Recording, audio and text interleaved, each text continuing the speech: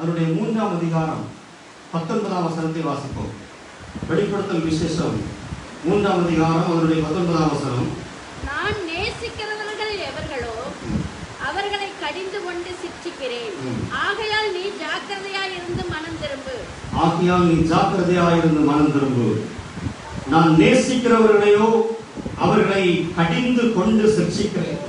ஆகையால் நீ ஜாக்கிரதையாயிருந்து மனம் திரும்பு. அல்லேலூயா.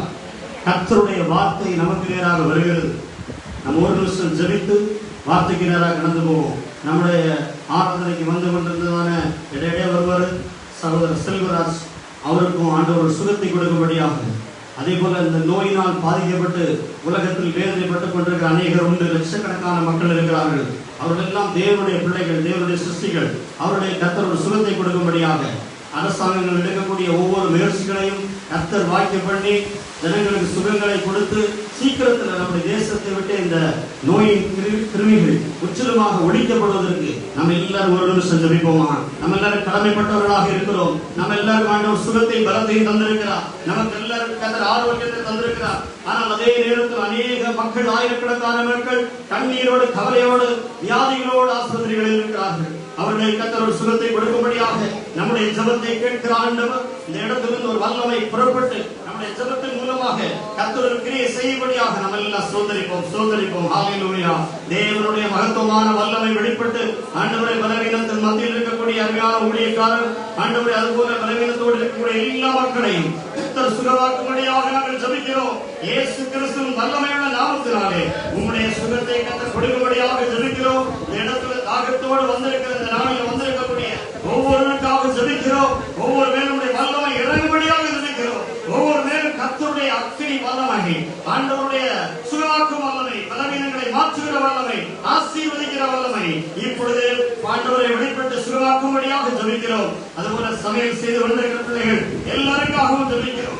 எல்லார் மேலும் தேவனுடைய வல்லமை இறங்கும்படியாக ஜெபிக்கிறோம். உன்னதமானவருடைய நிழலுக்குள்ளே மறைத்து எங்கள் எல்லாரையும் பாதுகாத்துக் கொள்ளும். இந்த வார்த்தைகளை கேட்கிற ஒவ்வொரு மேலும் கர்த்தருடைய வல்லமை இப்பொழுது வெளிப்படும்படியாக ஜெபிக்கிறோம். ஆசீர்வதித்து வழி நடத்தும் இயேசுவின் நாமத்தில் பிதாவே. வெளிப்படுத்தல் விசேஷமானது அப்போஸ்தலனாகிய யோவான் பத்மோஸ் என்கிறதான தீவுல டயக்லீசியன் என்று சொல்லுகிறதான ஒரு ரோம பேரரசினால் நாடு கடத்தப்பட்டவனாக பத்மோஸ் தீவுல தனிமையாக இருக்கிறதான வேளையில கர்த்தர் அவருக்கு பிரசன்னமானார். 1ஆம் அதிகாரத்திலே ஆண்டவர் அவனுக்கு தன்னை வெளிப்படுத்தின அனுபவங்களை குறித்து நாம் பார்க்கிறோம். இயேசு கிறிஸ்து மகிமை அடைந்தவராக அங்கே நிற்கும் போது அவன் செத்தவனை போல் பாதத்தில் விழுந்தேன் என்று அங்கே வாசிக்கிறோம். மார்பிலே சாய்ந்திருந்த அன்பின் சீசன் இப்பொழுது இயேசுவின் காட்சிகளை நேரடியாக பார்க்கிறதான வேளையிலே செத்தவனை போல் கீழே விழுந்து கிடக்கிறார். அவ்வளவு மகிமை உள்ளவராக கர்த்தர் நின்று கொண்டிருக்கிறார். அவ்வளவு அக்கினி ஜுவாலை போன்ற கண்கள் உள்ளவராக கர்த்தர் நின்று கொண்டிருக்கிறார். கர்த்தர் நின்று கொண்டு நான் உனக்கு காண்பிக்கிறவைகளை நீ எழுது என்று சொல்லுகிறார். அப்பொழுது அப்போஸ்தலனாகிய யோவான் பத்மோஸ் தீவில் இருந்து கொண்டு எல்லா தரிசனங்களையும் தேவனை காட்சிகளையும் நேரடியாக பார்க்கிறார். இனி உலகத்தில் நடந்து கொண்டிருக்க, இப்பொழுது நடந்து கொண்டிருக்கக்கூடிய காரியங்களும் இனி நடந்து கொண்டிருக்கக்கூடிய காரியங்களையும் குறித்து அந்த பத்மோஸ் ஐலண்டில் வைத்து கர்த்தர் அவருக்கு தெளிவாக வெளிப்படுத்தினார். அவர் வெளிப்படுத்தின காரியங்களை எல்லாம் திரும்ப அவர் வயசாகி 95வது வயதுல எபேசு பட்டணத்துல திரும்ப போய் இந்த வெளிப்படுத்தல் விசேஷத்தை எழுதினார். ஹல்லேலூயா. இந்த வெளிப்படுத்தல் விசேஷமானது ஒரு மூடப்பட்ட முத்திரை புஸ்தகமாக இருந்து கொண்டிருக்கிறது. இதை மூடப்பட்ட புஸ்தகமாக இருந்து கொண்டிருக்கிறது. இதை திறப்பதற்கு யாருக்கும் அதிகாரம் இல்லாதபடி நீங்க 4ஆம் அதிகாரத்துக்கு பிறகு உள்ள காரியங்கள் எல்லாம் மிகவும் அரிதான சத்தியங்களாக இருந்து கொண்டிருக்கிறது. ஆனால் இந்த வெளிப்படுத்தல் விசேஷத்தை குறித்து ஆரம்பத்திலே சொல்லப்பட்டிருக்கிறது. 1:3 சொல்லப்பட்டிருக்கிறது. இந்த தீர்க்க தரிசன வசனங்களை வாசிக்கிறவரும் கேட்கிறவர்களும் இதில் எழுதியிருக்கிறவைகளை கை கொள்ளுகிறவர்களும் பாக்கியவான்கள், காலம் சமீபமாக இருக்கிறது. ஹல்லேலூயா. வேதம் முழுவதையும் கேட்கிறவர்கள், வாசிக்கிறவர்கள், அதை கீழ்ப்படிக்கிறவர்கள் பாக்கியவான்கள் தான். ஆனால் இந்த தீர்க்க தரிசன வசனங்களை வாசிக்கிறவரும் கேட்கிறவர்களும் இதில் எழுதியிருக்கிறவர்களை கை கொள்ளுகிறவர்களும் பாக்கியவான்கள், காலம் சமீபமாக இருக்கிறது. ஹல்லேலூயா. ஆகவே இதை கேட்டுக் கொண்டிருக்கிறவர்கள் பாக்கியவான்கள், இதை கை கொள்ளுகிறவர்கள், வாசிக்கிறவர்கள் பாக்கியவான்கள், கை கொள்ளுகிறவர்கள் பாக்கியவான்கள். இதை புரிந்து கொண்டவர்கள் பாக்கியவான்கள் என்று சொல்லல, இதை வாசிக்கிறவர்கள் பாக்கியவான்கள். இதுல எல்லாம் புரியாது. இதுல 1ஆம் அதிகாரத்துல யோவானுக்கு ஆண்டவர் சொல்றார் 1:19 பாருங்க. அந்த 1ஆம் அதிகாரம் 19ஆம் வசனத்தை பற்றி தான் அந்த முழு வெளிப்படுத்தலின் ரகசியமா அதுல இருக்கிறது. 1:19 நீ கண்டவைகளையும். யோவான் கண்டது எதை கண்டிருக்கிறார்? யோவான் எதை கண்டார்? மகிமையின் இயேசுவை கண்டார், மகிமையின் சபைகளை கண்டார். பாருங்க, இருக்கிறவைகள் என்ன இருக்கிறது? 1ஆம் அதிகாரத்துல யோவான் தேவாதி தேவனாக மனிதனாக இந்த பூமியை கடந்து வந்த இயேசு கிறிஸ்துவை கண்டார். கண்டதை எழுத சொன்னார். அடுத்தது இருக்கிறவைகள் எழுத சொன்னார். இருக்கிறது எது? எபேசு, ஸ்மிர்னா, பெர்கமு, தியத்திரா, சர்தேஸ், பிலதெல்பியா, லவோதிகா 7 சபையின் காலங்களை குறித்து ஆண்டவர் வெளிப்படுத்தினார். அந்த நாட்களிலே அந்த ஆசியாவுடைய 7 பட்டணங்களில் இருந்த சபைகளை காண்பித்து இந்த 7 காலங்களை குறித்துள்ள ரகசியங்களை வெளிப்படுத்தினார். லவோதிகா சபையின் காலம் இன்னும் முடியவில்லை. இந்த முடிந்து நெருங்கிக் கொண்டிருக்கிறது. அடுத்த யுகத்திற்காக நாம் காத்துக் கொண்டிருக்கிறோம். அதோடு இந்த காலங்கள் முடித்து விடுகிறது. ஹல்லேலூயா. சபையினுடைய கடைசி பகுதிகளிலே நாம் நின்று கொண்டிருக்கிறோம். லவோதிகா சபையினுடைய காலத்தோடு சபையின் காலம் முடிவடைகிறது. அப்ப சபையினுடைய காலம் முடிவடையக்கூடிய எண்ட் டைம், முடிவு காலத்தில் நாம் நின்று கொண்டிருக்கிறோம். வசனத்தில் சொல்லப்பட்ட எல்லா காரியமும் நிறைவேறிக் கொண்டிருக்கிறது. அதுல 7 சபைகள்ல சொல்லப்பட்டிருக்கிறதுல 2 சபைகளுக்கு தான் ஆண்டவர் கடிந்து கொள்ளாதபடி நல்ல செய்தியை கொடுக்கிறார். மீதி 5 சபைகளும் அவர்களிடத்துல ஆதி நிலையை விட்டு மாறினதுனால கடிந்து கொண்டு அவர்களை சிக்ஷிக்கிறார். அவர்கள் கடிந்து கொண்டு எச்சரிப்பின் செய்திகளை கொடுத்துக் கொண்டிருக்கிறார். ஆகவே கடைசி இயேசு கிறிஸ்து இந்த பூமியை விட்டு மரித்து அடக்கம் பண்ணப்பட்டு உயிர் தெழுந்த பிறகும் அடுத்த கடைசி கொடுத்த செய்தி தான் இந்த செய்தி. ஹல்லேலூயா.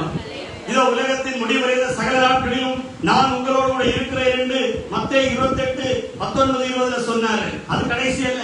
கடைசியா கொடுக்கிறதா இது. உயிர் தெழுந்து பரலோகம் போயிட்டு திரும்ப யோவானுக்கு காட்சி கொடுக்கிறார். காட்சி கொடுக்கும்போதுதான் சபையினுடைய செய்தி முடிவடைகிறது.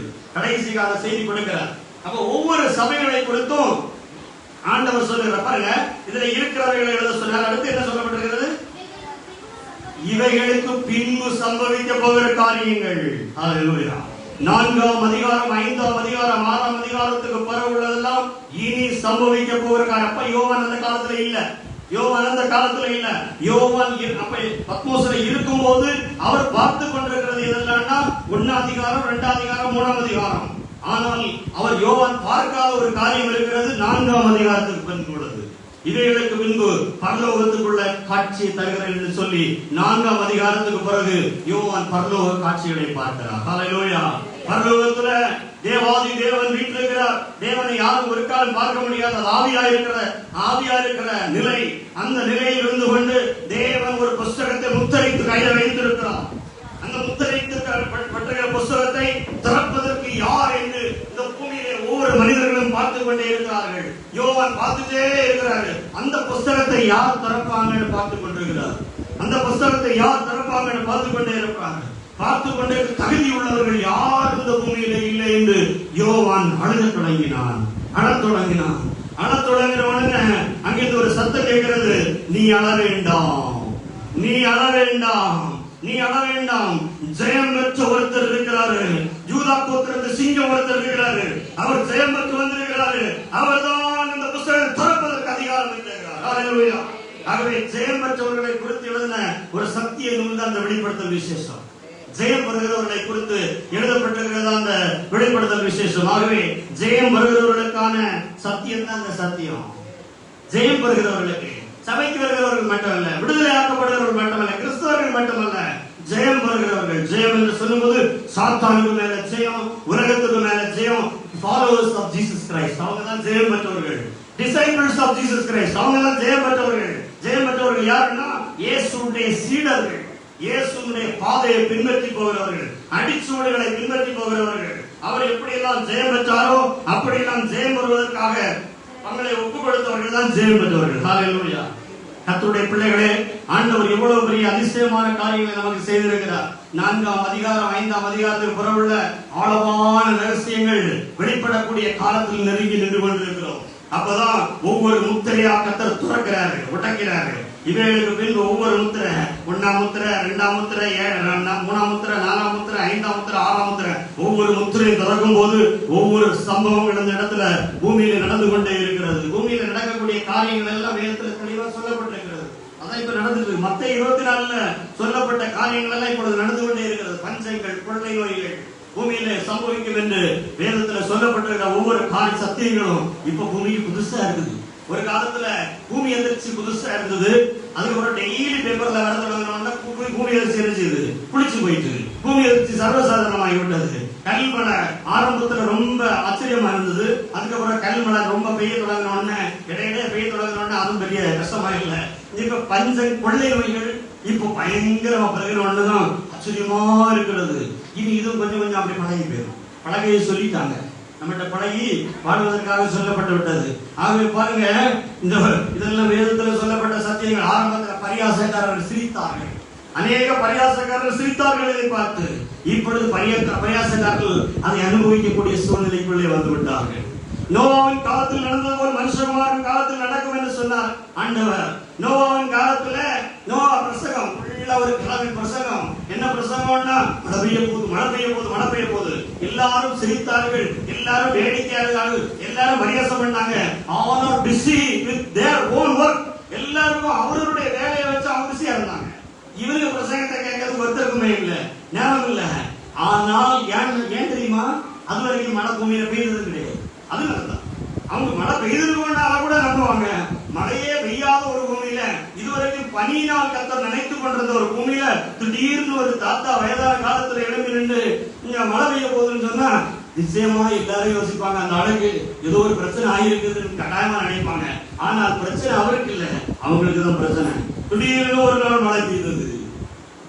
கர்த்தர் அதுக்கு முன்னாவே அந்த மழை பெய்ய போகுதுன்னு சொல்லி அந்த அந்த பெரிய பேழையை செய்ய சொல்லி, இந்த பேழையை செய்யலாம் பாருங்க, எவ்வளவு பெரிய கீழ்ப்படுத்தல் உள்ள ஆளுங்க பாருங்க.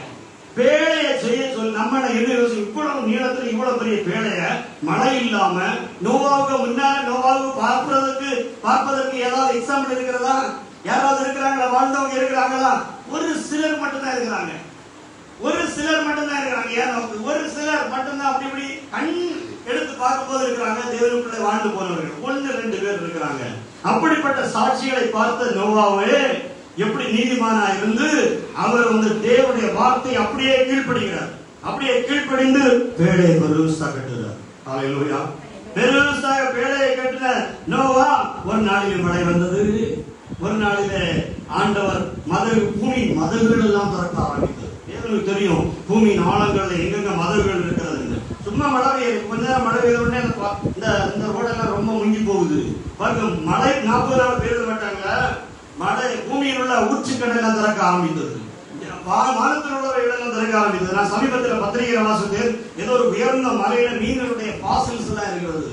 எப்படி அந்த மலைக்கு மேல அந்த மீன்களுடைய இதுகளெல்லாம் போனது, எப்படி இதெல்லாம் சயின்டிபிக்காவே அது ப்ரூவ் ஆனது.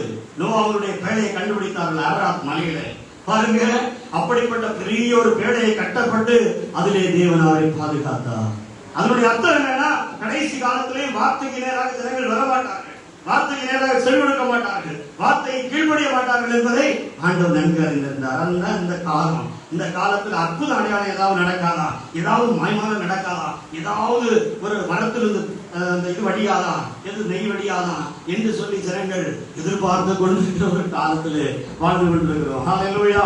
ஆகவே தேவன் என்ன பண்றாருன்னா, நம்மை அவர் விரும்புகிறதான ஒரு நிலைக்கு நம்மை கொண்டு வருவதற்காக கொடுக்கப்பட்ட வார்த்தைகள் தான் அந்த 2-3 அதிகாரங்களில் சொல்லப்பட்ட வார்த்தைகள். எபேசு சபையினுடைய செய்தியை நீங்க வாசித்தீங்கன்னா 4ஆம் வசனத்தில் சொல்லப்பட்டிருக்கிறது, நீ ஆதியில் கொண்டிருந்த அன்பை விட்டாய் என்று உன் பேரில் குறை உண்டு. ஆதியில் என்ன அன்பு! தேவனுடைய மனவாட்டி தான் இந்த மனவாட்டியாகிய சபை. ஹல்லேலூயா. மனவாட்டி சபைன்னு சொல்லக்கூடிய தேவனுடைய மனவாட்டி. புதிதாக கல்யாணம் பண்ணவங்க எவ்வளவு நெருக்கமா, எவ்வளவு பார்த்தாலே தெரியும், நியூலி மேரிட் கப்புள்னு சொல்லி தெரியும். அது ஓல்டு ஆக ஆக டிஸ்டன்ஸ் தெரியும். இந்த இது சமூக இடைவெளி அதிகரித்துக் கொண்டே இருக்கும்.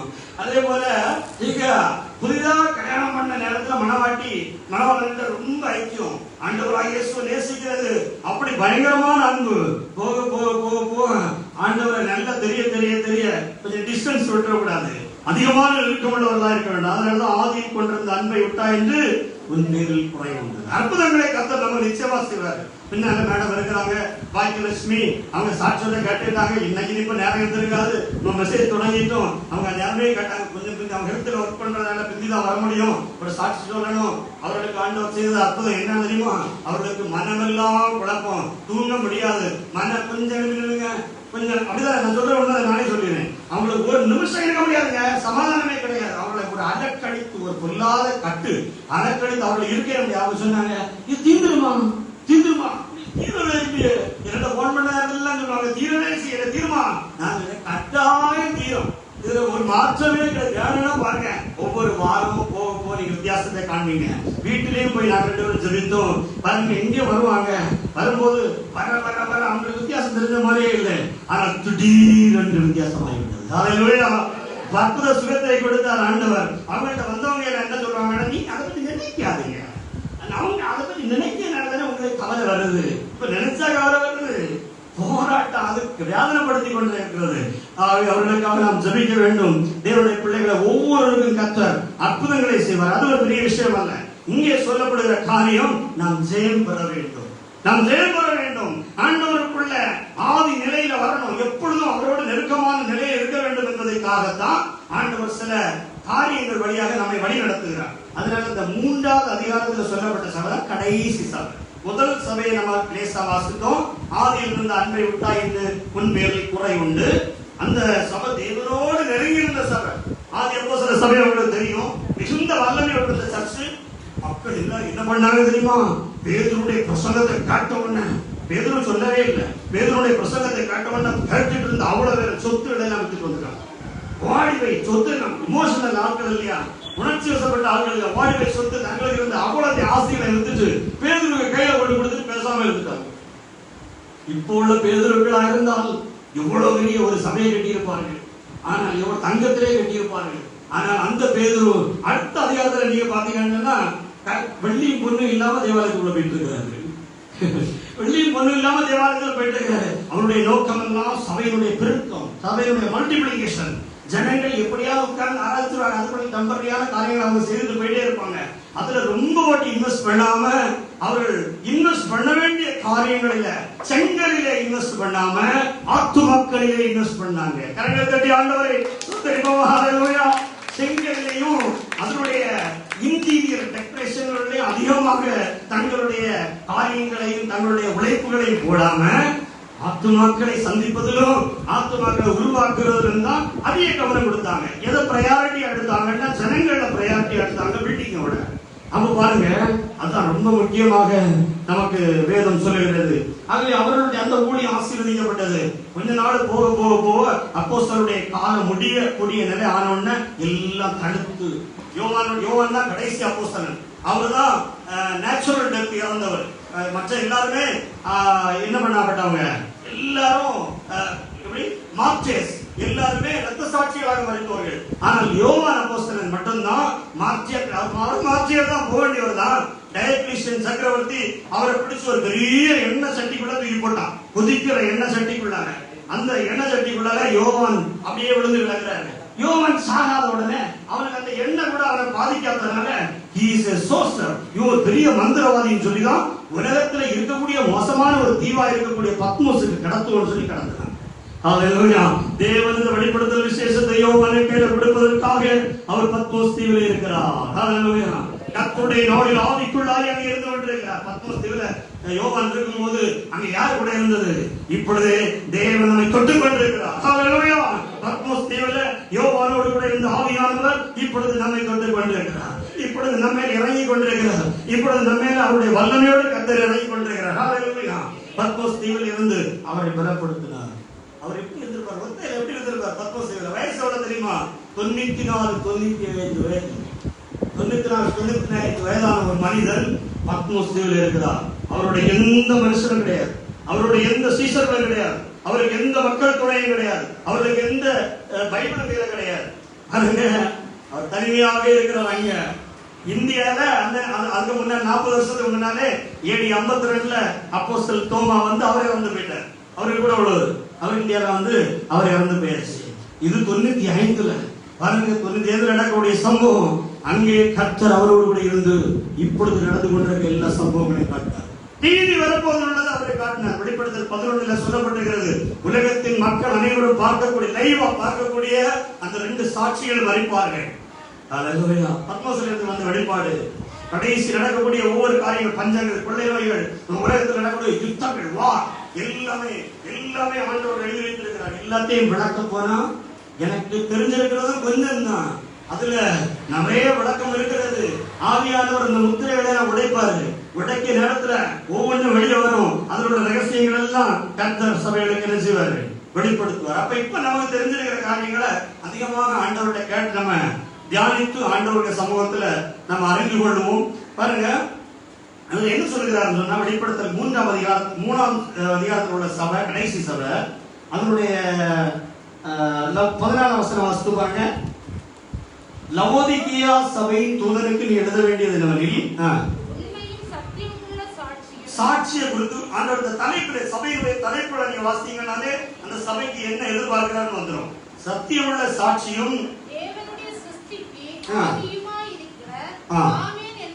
அப்படித்தான் ஆமென் என்று என்கிறவர் சொல்கிறதாவது, கிரியைகளை அறிந்திருக்கிறேன், குளிரும் அல்ல அனலும் அல்லன்னா தேவனை முழுசும் தேட மாட்டான், தேவனை விட்டுட்டு போக மாட்டான். குளிரும் அல்ல அனலும் அல்லன்னு சொல்லி அதான் தேவனை சில ஆளு முழுசு என்ன செய்ய மாட்டாங்க, தேட மாட்டாங்க. ஒன்னும் முழுசு தேடணும், இல்லைன்னா விட்டுட்டா போகணும். இது 2 இல்லாத நிலைதான் இந்த குளிரும் அல்ல அனலும் அல்ல, 2க்கும் இல்லாத ஒரு நிலையில் இருக்கிறது. ஆண்டவரை லேசா தேடுறது, ஆண்டவரை அவசியத்துக்கு தேடிடுறது, கர்த்தர் அவசியத்துக்கு தேடிட்டு அப்படி விட்டுறது. இதுதான் ஆண்டவருங்க சொல்லுகிறார். அப்படிப்பட்ட ஜனங்களை ஆண்டவருடைய வார்த்தை நமக்கு என்ன சொல்லுகிறது சொன்னா, இப்படிப்பட்ட ஜனங்கள் கர்த்தருக்கு தேவையில்லை. பாருங்க, ஆண்டவருக்கு தேவையான ஆட்களை கொடுத்து, சீசர்களை குறித்து ஆண்டவர் சொன்னார். சீசர் சொன்னா அவருக்கு அவர் அப்படியே பின்பற்றுகிறவங்க பேர் தான் சீசர். இன்னைக்கு நான் ரொம்ப நேரம் இழக்க மாட்டேன், தயவு செய்து கிளாப்லாம் பார்த்துறாதீங்க.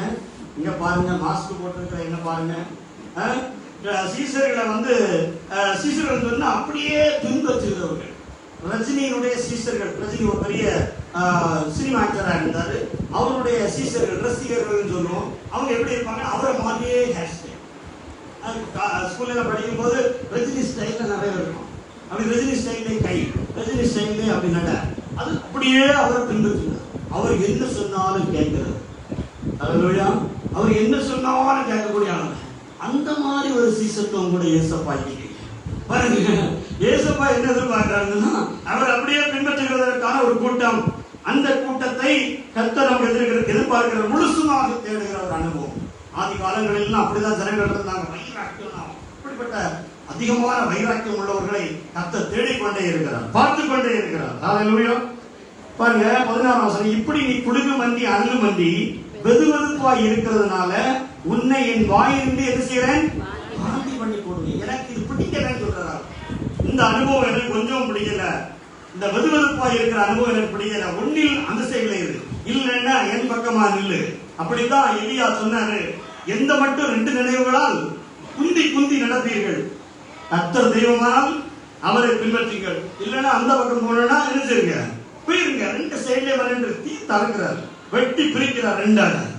அங்க ஒரு பேலன்ஸ். உலகமும், அதனாலதான் இயேசு சொன்னார், உலகமும் இயேசுவையும் நம்ம அப்படியே பிடிக்க முடியாது. உலகம் என்று சொல்லும் போது நாம் கொடுத்திருக்கிற உடையோ நடையோ மீசையோ இல்ல. பழைய சபைகள் எல்லாம் உடையையும் நடையும் மீசையும் வைத்து உலகத்தை உலகக்காரன் சொல்லுவாங்க. அப்படி எல்லாம் உலகம் என்பது ஒரு மனநிலை. உலகம் என்பது எங்க இருக்குது, மைண்ட் செட், மனநிலையில இருக்கிறது. இந்த மனதை பார்த்த உடனே தெரிஞ்சிடும் இது முழு உலகம். அல்லேலூயா. பாருங்க, வெளியே அப்படியே இருக்கும், பார்க்க அப்படியே தெய்வீகமா பறந்து இருக்கக்கூடியது கூட மனநிலை எப்படி இருக்கும், உலகமா இருக்கும். அதனால உலகத்தை நம் பரிசுத்தாவினாலதான் கண்டுபிடிக்க முடியுமே தவிர வெளியே என்னவா கண்டுபிடிக்க முடியாது. பாருங்க, 17ஆம் வசனம் சொல்கிறது, நீ நிர்பாக்கியம் உள்ளவனும் பரிதபிக்கப்பட்டவனும் தரித்திரனும். தரித்திரன் மெட்டீரியலி ரிச் தான். இப்பொழுது இந்த 7வது சபைன்னு சொல்லக்கூடியது எந்த சபைனா, நீங்கள் இன்னைக்கு பார்த்து கொண்டிருக்கக்கூடியதுல உன்னதமான சர்ச். அல்லேலூயா. நீங்கள் இன்னைக்கு 7வது ஒரு 4வது சபையின் காலகட்டத்தில் தான் என்ன நடந்ததுன்னா, ரிஃபார்மேஷன், சீர்திருத்தம் நடந்தது. பைபிள் மக்களுடைய கையில வந்தது. சபையை நீங்க பாத்தீங்கன்னா பைபிளை கையில கொண்டு போகிற பாரம்பரியமான ஒரு சர்ச்சா இருந்தது. அதுக்கு அடுத்து வந்த சர்ச் எதுன்னு சொன்னா பிலதெல்பியா சர்ச். அது சுவிசேஷத்தை அதிகமா அறிவித்த சர்ச். இப்ப நான் சொல்றது சூசகமா உங்களுக்கு லேசா புரியும்னு நினைக்கிறேன். நான் ஓப்பனா எல்லாம் பேச முடியாது.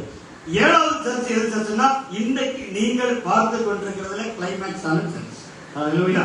அதை பார்த்தா கர்த்தர் சொல்லுகிறாரு, நீ நிர்வாகியம் உள்ளவனும் பரிதவிக்கப்பட்டதும் தரித்திரனும் குருடனும் நிர்வாணியமா இருக்கிறதை அறியாமல், அதாவது இதெல்லாம் ஆவிக்குரிய அர்த்தங்கள் அறியாமல் நான் ஐஸ்வர்யம் உள்ளவன் என்றும். ஐஸ்வர்யம் என்கிட்ட வரங்கள் இருக்கு, நான் அபிஷேகம் பெற்றிருக்கிறேன். புரியுதா நான் சொல்றதுக்கும்? நான் அபிஷேகம் பெற்றிருக்கிறேன், என்கிட்ட குறைவில்லை, திரவிய சம்பன்னன், எனக்கு எந்த குறையுமே இல்லை, எனக்கு குறைவில்லை என்று சொல்லுகிறபடியால் நான் நீ ஐஸ்வர்யவான் ஆகும்படிக்கு நெருப்பிலே புடமிட்டப்பட்ட பொன்னையும் நீ உன் நிர்வாணமாகிய அவற்றம் தோன்றாதபடி நீ உடுத்திக் கொள்வதற்கு வெண் வஸ்திரம் என்னிடத்தில் வாங்கிக் கொள்வதற்கும். அவங்க என்ன சொல்றாங்கன்னா, எங்கள்கிட்ட என்ன இருக்குது? வெண் வஸ்திரம். நாங்க போட்டிருக்கிறதே வெண் வஸ்திரம் தான் சொல்றாங்க. ஆனா கர்த்தர் சொல்றாரு, வெண் வஸ்திரம் என்னிடம் வாங்கிக்க. வெண் வஸ்திரத்தை வெண்மையாக்குவது எப்படி? நான் எழுத்தின்படியான வெண்மையை சொல்லல. வெண்மையாக்குவது எப்படி? ஆட்டுக்குட்டியினுடைய ரத்தத்தினால துவைத்துதான் வெண்மையாக்க முடியும். வெள்ளை என்ன? சுத்திகரிப்பு. சுத்திகரிப்பு எப்படி பண்ண முடியும்னா, நீங்க இப்பொழுது இருக்கக்கூடிய இந்த நிமிஷத்துல நீங்க சுத்திகரிக்கப்படணும்னா நீங்க ரத்தத்தை அப்ளை பண்ணணும். மேல ரத்தத்தினால மட்டும்தான் நீ சுத்திகரிக்கப்பட முடியும். பழைய காலத்துல பலி செலுத்தி ரத்தத்தினால சுத்திகரிக்கப்பட்டாங்க. இப்ப ஆட்டுக்குட்டியினுடைய ரத்தம் நமக்கு எப்பொழுது இருக்கிறதுனால அந்த ரத்தத்தை நம்ம மேல விசுவாசத்தினால அப்ளை பண்ணிடணும். ஆண்டவரே ரத்தத்தினால சுத்திகரிக்கணும்னா இந்த செகண்ட் வரைக்கும் நீங்க பியூர் ஆயிடுவீங்க. ஆனால் இனி நீங்க சுத்திகரிக்கப்படுவது எப்படின்னா கிருபையினால. கர்த்தாவே, நான் இதுவரைக்கும் உங்களுடைய ரத்தத்தினால சுத்திகரிக்கப்பட்டு விட்டேன், இனி எப்பவும் அந்த ரத்தத்தை நான் பயன்படுத்தாதபடி எனக்கு ரத்தம் பயன்படுத்தாமலே சுத்தமா இருப்பதற்கான ஒரு கிருபையை தந்துடும். ஆண்டவரை ஸ்தோத்திரிப்போம். ஹல்லேலூயா. அதனாலதான் அந்த ரத்தத்தை தேவையில்லாம நீங்க யூஸ் பண்ணிடக்கூடாது. அது விலையேறப்பட்ட ரத்தம் சொல்லப்பட்டிருக்கு. சிலர் என்ன செய்வாங்கன்னா, ரத்தம் நம்ம கையில இருக்கிறதுனால என்ன 100 பொய் ஆகணும்னு சொன்னாலும் ரத்தம் நமக்கு என்ன செய்யுது இருக்கிறது. ரப்பர் கையில கொடுத்திருக்கிறதுனால பிள்ளை அவ்வளோத்தையும் தப்பு தப்பா எழுதணுமா? இல்ல. ரப்பர் எதை கொடுத்திருக்கா, இரேசர் எதை கொடுத்திருக்கா, தெரியாம தவறு வந்தா என்ன செய்யறதுக்கு, அடிப்பதற்கு, பர்பஸா செய்யறதுக்கு இல்ல. பிள்ளை முதல் கையில ரப்பர் இருக்கிறதுனால ஃபர்ஸ்ட் பேஜ்ல இருந்து லாஸ்ட் பேஜ் வரைக்கும் என்னத்தையாவது தூக்கிட்டு நீ அடிச்சு திரும்ப எழுதிக்கலாம்னு சொல்ல மாட்டோம். நம்ம ஏதாவது மிஸ்டேக் வந்திருந்தா அடிப்பதற்காக தான் நம்ம ரப்பர் வைத்திருக்கிறது போல கர்த்தர் மிஸ்டேக்ல இருந்து காப்பாற்றுவதற்காக ரத்தத்தை நம்ம கையில கொடுத்திருக்கிறார். ஆனால் ரத்தத்தை கையில வைத்திருக்கிற நாம அதை பயன்படுத்த வேண்டும் என்ற எண்ணத்தோடு இல்லாமல், அது இல்லாமலே நான் தப்பதற்கு கிருபையை கேட்கணும். ஹல்லேலூயா. கிருபை நம்ம அதனாலதான் கிருபாசன தன்னை வர வேண்டும் என்று சொல்லப்பட்டிருக்கிறது. எபிரேயர் 4:16 முதல் வசனங்கள் வாசிக்கும் போது, நீங்கள் ஏற்ற காலத்தில் நீங்கள் கிருபை பெறுவதற்கும் நீங்கள் பலனை பெறுவதற்கும் கிருபாசன தன்னை போயிடணும். ஹல்லேலூயா. இயேசுப்பா அதனாலதான் எப்பவும் கிருபாசன தன்னை போய் தேவனுடைய உதவி, அதாவது ஆவியின் நிலையில் உள்ள உதவியை கேட்டு பெறப்பட்டுட்டே இருந்தார். எப்பவும் அவருக்கு கனெக்ஷன் இருந்துட்டே இருந்தது, ஹெவன்லி கனெக்ஷன் இருந்துட்டே இருந்ததுனால அவரை சத்துரு தொட முடியவில்லை, அவர் அந்த உலகம் தொட முடியவில்லை. அவர் கொஞ்சம் வேறுபட்டவராக தான் காணப்பட்டார். எப்பொழுதும் அவருக்கும் உலகத்திலும் சம்பந்தம் இல்லை, உலகத்துல இருந்தாரு, ஆனால் உலகம் அவரை தொடரவில்லை. பாருங்க, அப்போ அப்படிப்பட்ட ஒரு செய்தி உள்ள கொடுத்து கொண்டே இருக்கிறார். அடுத்து 19 வசனத்துல தான் நம்ம வாசல் வசனம் சொல்கிறது, நான் நேசிக்கிறவர்களையோ அவர்களை கடிந்து கொண்டு என்ன செய்கிறேன். ஹல்லேலூயா. இயேசுப்பா நேசிக்கிறவர்களை கடிந்து கொண்டு சிட்சிக்கிறார். நேசிக்காதவர்களை நீங்களே சொல்ல பண்ணிடுங்க. நேசிக்கிறவர்களை கடிந்து கொண்டு சிட்சிக்கிறவர் நேசிக்காதவர்கள் என்ன செய்வார்கள்? நீங்க நினைப்பீங்க, என்ன கடிந்து கொண்டு சிட்சிக்கிறார், என்ன மட்டும் திட்டுறாரு, என்ன மட்டும் வித்தியாசமா நடத்துறாரு, இன்னார் எல்லாம் வித்தியாசமா நடத்தல, நமக்கு கண்ணுக்கு முன்ன நிறைய லிஸ்ட் வரும். அப்ப அவர்களை நேச லிஸ்ட்ல வைக்கலன்னு அர்த்தம். நீங்க நேச லிஸ்ட்ல வைப்பதற்காக கையில கொடுத்திருக்கீங்க, நீங்க எப்பவுமோ கொடுத்திருக்கீங்க கையில. நீங்க உரிமை காட்ட அப்படி செய்ய மாட்டாரு. நீங்க எப்பவுமோ உரிமையை கையில கொடுத்திருக்கீங்க, கொடுத்ததுனால உங்களை உரிமை பாராட்டி கொண்டிருக்கிறார். லூக்கா 18ஆம் அதிகாரத்தில் சொல்லப்பட்டிருக்கிறது, சோர்ந்து போகாமல் எப்பொழுதும் ஜெபம் பண்ண வேண்டும் என்பதை குறித்து அவர் அவர்களுக்கு ஒரு உவமையை சொன்னார். சோர்ந்து போகாம ஜெபம் பண்ணணும். நீங்க சொல்றீங்க எப்போ ஜெபம் பண்ணணுமா? சோர்ந்து போகாம ஜெபம் பண்ணதுக்கு ஒரு உவமையை சொன்னார். அதுல என்னன்னா, ஒரு விதவை இருந்தால் அவர் எப்பவும் தனது காரியத்தை நடக்கணும்னு கண்டே இருந்தா, ஆனா கேட்டது யாருன்னா, கேட்டது யாரு? ஒரு நியாயாதிபதி. அவர் தேவனுக்கு பயப்பட மாட்டாராம், மனுஷனையும் மதிக்க மாட்டாராம். அப்படிப்பட்ட நியாயாதிபதி யாரு? தேவனுக்கு பயப்பட வேண்டிய இல்லாத யார் இருக்கா? இயேசு யாரு சொல்றாரு? ஓமே அவர்கிட்ட சொல்றதுக்கு சொல்றாரு. தேவனுக்கு பயப்படாமலும் மனுஷனுக்கு மனுஷனை மதியாமல் இருக்கக்கூடிய ஒரு நிலை. அந்த நிலையில இருக்கக்கூடிய ஒரு ஆழ்த்த ஒரு ஆள் உதவி கேட்குது. உதவி கேட்கும் போது ரொம்ப நாள் மனசு இல்லை. ஆனால் தொந்தரவு அதிகமா இருந்ததுனால என்ன செய்யறாரு? சவத்தை தப்பி போட்டு அப்படின்னு சொல்லிட்டு விட்டுறாரு. அப்போ 7ஆம் வசனத்தை வாசிக்கிறாங்க. அதுதான் ரகசியமே இருக்குது. புதுவாசிங்க. அந்தபடியே தேவன் தம்மை நோக்கி ஒரு கூப்பிட்டு விடுறவங்க இல்ல. நீங்க எப்படிப்பட்ட ஆள்னா இரவும் பகலும் கூப்பிடுவர்களாகிய ஒரு சகோதரனுடைய திருமணத்திற்காக குறைஞ்சது 2-3 வருஷம் ஜோம் பண்ணிருக்கோமா? 3 வருஷத்துக்கு மேல ஜோம் பண்ணிருக்கோம். நாயெல்லாம் முட்டி ஜோம் பண்ணி கடைசியில தளர்ந்தாச்சு. கல்யாணம் நடக்குமா ஆண்டவரே? நடக்காதோ, கட்டி பெறுவோம். கடைசியில இப்ப கல்யாணம் நடக்க போகுது. அப்ப தம்மால் தெரிந்து கொள்ளப்பட்டவருடைய விஷயத்துல எப்படி இருக்கிறாரு?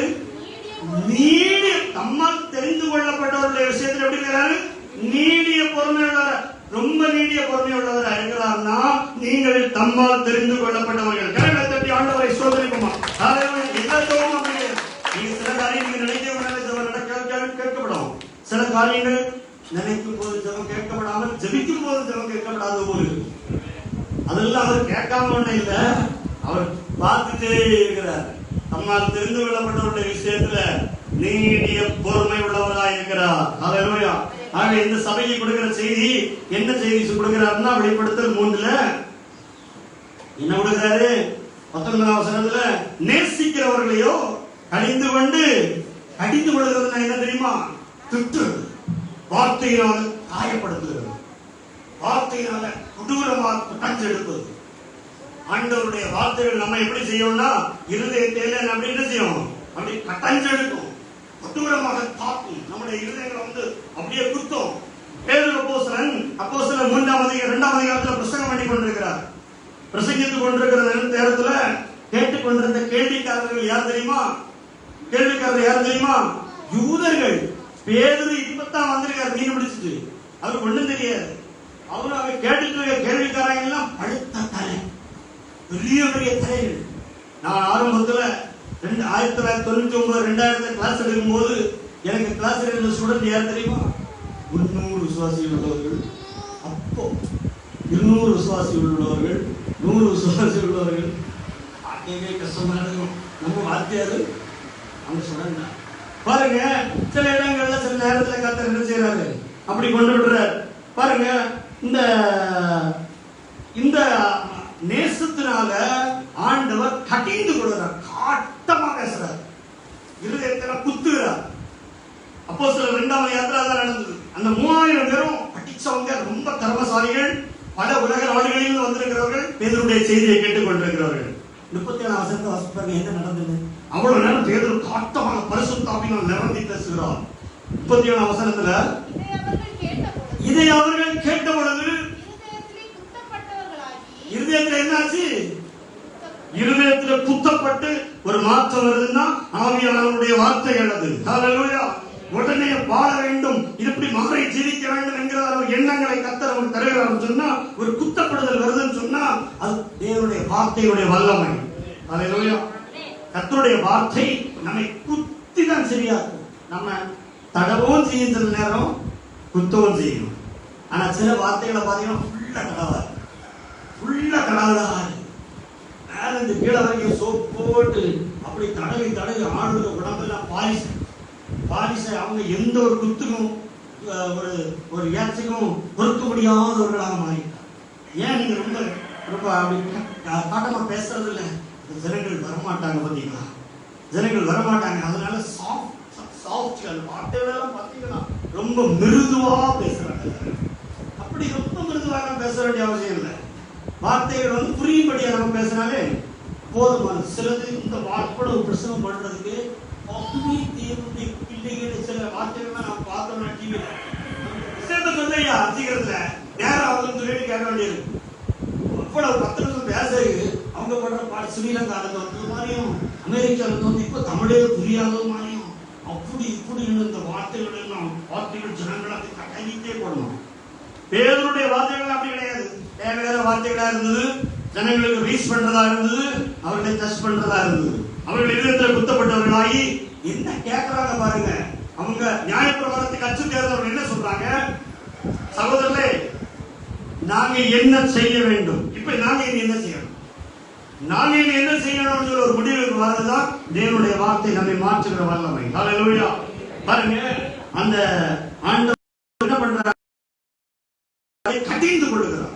ஆத்மா கடிந்து கொள்ளுகிறது என்னன்னா, நீங்க அந்த வார்த்தை அப்படி விரும்பி வாசிக்கணும். இதை என்ன கடிந்து கொண்டு மாற்றணும். இது எனக்கு எதிராக வரணும். என்னுடைய கிரியைகளை நீ உணர்த்தணும். கடிந்து கொள்ளுதல்னாலே சேன் பண்றதுக்காக சொல்றது.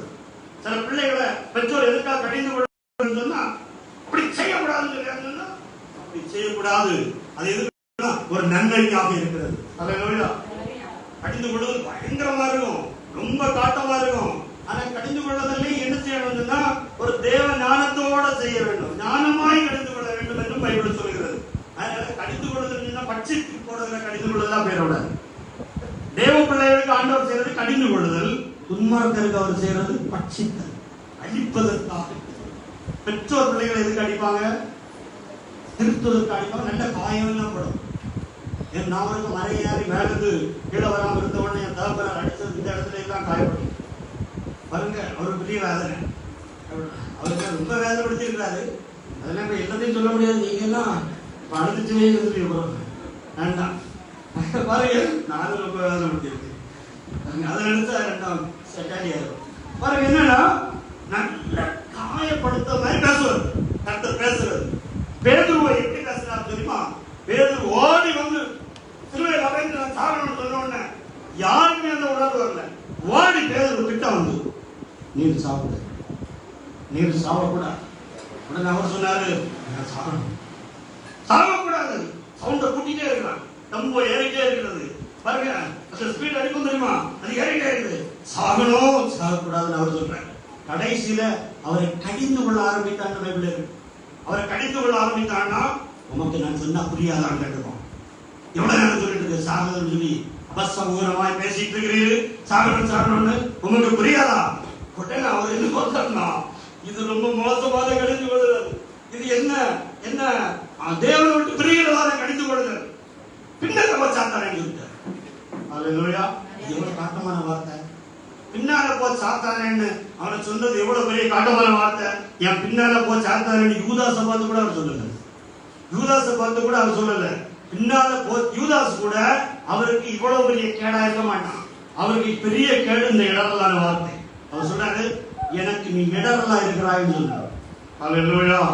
கர்த்தர் முகத்தை பார்க்க மாட்டார். சில நேரம் நீங்க வேதனைப்படுறீங்களான்னு பார்க்க மாட்டார். உன்னுடைய வார்த்தைகள் கடிந்து கொள்ளுகிறது நம்முடைய வாழ்க்கை ஆசீர்வாதமாக மாறுகிறது. அல்லேலூயா. இந்த கடிந்து கொள்வதை யாருக்கு பிடிக்காதுன்னா, நீதிமொழி 15:5-10 வசனத்துக்கு பாருங்க. நீதிமொழிகள் 15ஆம் அதிகாரம் 10ஆம் வசனம். நீதிமொழிகள் 15ஆம் அதிகாரம் 10ஆம் வசனம். வழியை விட்டு விலகிறவனுக்கு புத்திமதி விசனமாய் இருக்கும். கடிந்து கொள்ளுதலை வெறுக்கிறவன் சாவான். கடிந்து கொள்ளுகிறதை வெறுக்கிறவன் என்ன செய்வானா?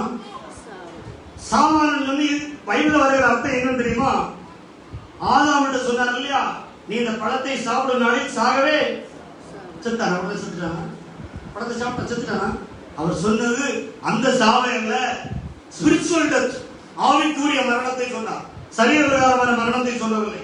இங்கேயும் அந்த தேவனுடைய வார்த்தைக்கு கீழ்ப்படியாக கடிந்து கொள்வதை காது கேட்காம அதை எதிர்த்து கொண்டிருக்கிற ஒரு மனுஷன் சாவான் என்று சொன்னா, அவன் தேவனை விட்டு பிரிந்து போய்விடுவான், சத்துருடைய கையில மாட்டி விடுவான், அவன் நித்தியம் அழிந்து போய்விடும் என்பதை குறிப்பதற்காக தான் அதை சொல்றார். கடிந்து கொள்வதை யாரை யார் வெறுப்பாங்கன்னு பைபிள்ல இருக்குது. நீதிமொழி 9:8 வாசித்து பாருங்க. நீதிமொழி 9ஆம் அதிகாரம் 8ஆம் வசனம். கடிந்து கொள்வதை வெறுக்கிற ஆசாமிகளை வாசித்து பாருங்க. பரியாசக்காரனை கடிந்து கொள்ளவே செய்யாது. பரியாசக்காரன் எப்போ சிரிச்சிட்டு இருக்கிறாங்க இல்ல, பரியாசக்காரன் இருதயத்துல நிந்தனமா யோசிக்கிறார். நீங்க ஆண்டவரே அவருடைய வார்த்தைகளை சொல்லும் போது நிந்தனையோடு யோசிக்கிறார். இதெல்லாம் அவனுக்கு எப்படி தோணும்னா அவருடைய அறிவோட பயங்கரமா ஷார்ப்பாய் ஆண்டவரோட அறிவாளி ஆயிடும். ஆண்டவரோட அறிவாளி ஆகி ஒரு மனுஷன் சொல்றான், ஒரு மனிதன் என்ன சொல்றாங்கன்னா ஆண்டவரோட அறிவாளியாகி தன்னை உயர்த்துறவன் சொல்றான் கடவுள் உண்டான்னு கேட்கிறான். சரி கடவுள் உண்டான்னு நீ கேட்கறதுல நான் உன்கிட்ட கேட்கிறேன், ஒரு மனிதனை கொல்லுவது சரியா தவறா? உடனே அவன் சொல்றான் தவறு. இதை நீங்க நல்லா எழுதி வச்சுடுங்க. கடவுள் இல்லைன்னு சொல்றத இதை கலக்குறீங்க. அவன் என்ன சொல்றான், கடவுள் இல்லைன்னு சொல்றான். நம்ம கேட்கிறோம் ஒரு செய்யறது தப்பா தப்பு இல்லையா? உடனே அவன் சொல்றான் ஒரு செய்யறது தப்பு. எப்படி ஐயா தப்பு? நீங்க கேட்கணும். எப்படி தப்பு? எப்படி தப்பு? கொலை செய்யறது தப்புன்னு எப்படி தப்பு? எதனால சொல்ற நீ தப்பு? எனக்கு நல்லா தெரியுது, உனக்கு எப்படி தப்பு? அவன் என்ன சொல்லுவான், சட்டத்தின்படி தப்பு. அப்ப சட்டம் எங்கிருந்து வந்தது? சட்டம் எங்கிருந்து? எங்க ரூல் வந்தது? சட்டம் அது எனக்கு அது பிடிச்சிருக்கு செய்யுது, திருட்டுறது எனக்கு பிடிச்சிருக்கு செய்யுது, தப்பு நீ எப்படி சொல்ற? ஒரு சட்டம் ஏற்கனவே இருக்கிறது, அப்படி செய்வது தவறு என்பதை காட்டுவதற்காக அந்த சட்டத்தினுடைய ஆரம்பம் எங்கிருந்து வந்தது? முதல் சட்டம் எங்கிருந்து வந்தது? முதல் தீமையும் நன்மை எங்கிருந்து வந்தது? தீமையும் நன்மையும் இந்த உலகத்துல எங்க உற்பத்தி ஆகுதுன்னு சொல்லி முதல்ல வைப்பார். அப்பொழுது உனக்கு தெரியும் கடவுள் உண்டா இல்லையா. ஹல்லேலூயா. சிலர் சொல்லுவாங்க சூரியனை பாரு கடவுள் இருக்கான்னு. அப்படியே நான் வியாக்கியானத்துக்கு வரல. இன்னும் நிறைய ரகசியங்களை உள்ள நம்ம வச்சுட்டு தான் அவன்கிட்ட பேசணும். கடவுள் இல்லைன்னு சொல்றோம். அதான் சொல்லியா கடவுள் இல்லைன்னு சொல்றோம்னு சறுக்கி விடும் போது கடவுளையும் சொல்லிடுவோம். ஆனா இந்த தமிழ்நாட்டிலேயே நிறைய கொள்கைகள் அப்படி வந்து இப்ப அதெல்லாம் மாறி இப்பொழுது எல்லாரும் ஆண்டவரை என்ன செய்யறாங்க? ஆராதித்துக் கொண்டிருக்கிறாங்க, கடவுளை வழிபட்டுக் கொண்டிருக்கிறாங்க. பாருங்க தேவனுடைய பிள்ளைகளே, மனிதனுடைய ஞானம் அவன் வேதத்தை பரியாசம் பண்ண வைக்கும். இப்போ இந்த நோய் வந்த பிறகு யாராவது பரியாசம் பண்றானா?